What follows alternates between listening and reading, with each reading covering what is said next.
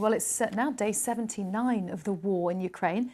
And as the UN Human Rights Council orders an investigation into possible war crimes committed by Moscow's forces, Russia says it's being demonized by the West. The inquiry will look into allegations that Russian troops committed atrocities north of Kyiv at the start of the war.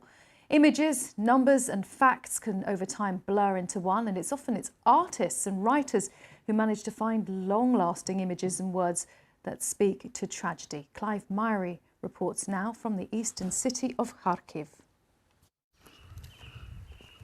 The desire to destroy in war amid a cacophony of artillery forever raises the question, why? What can ever be the reason for the inhumanity of mass murder? This is the main road leaving Ukraine's second city of Kharkiv, about to enter the suburb of Saltivka. The sign up ahead reads, "Warning, shelling." We are less than 35 miles from the Russian border. The Kremlin's troops are being forced back, but they're lashing out. Every now and again we hear the sound of artillery incoming from that direction. The front line's only about 8 kilometers from here as the Russians continue to pull back. They're firing into this area, and indeed overnight it was hit by a shell, but it's a residential area. Look at it, you've got residential apartment blocks there. This is a sort of pedestrian area. The pizza place has been smashed to pieces. This is a residential spot, a suburb. Why would you hit a residential area in the middle of a war? To sow fear and panic. That's how dirty this conflict is. How to comprehend the madness.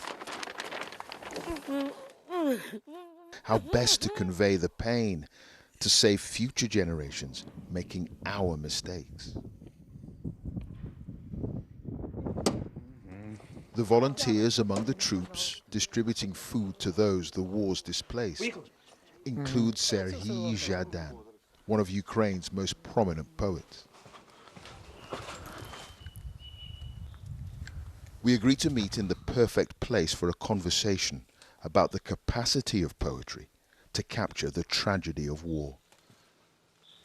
This was once a museum dedicated to a revered 18th century Ukrainian poet. The last visitor, a Russian bomb.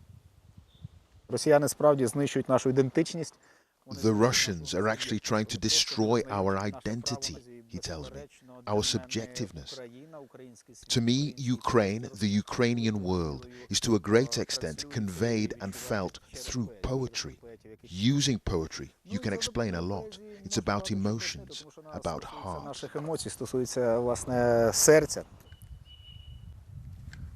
Long after the tanks have rusted to powder and nature reclaims its fields, the poet's words will live on, offering solace for future wars, lifting spirits from the depths of despair to the highest stars.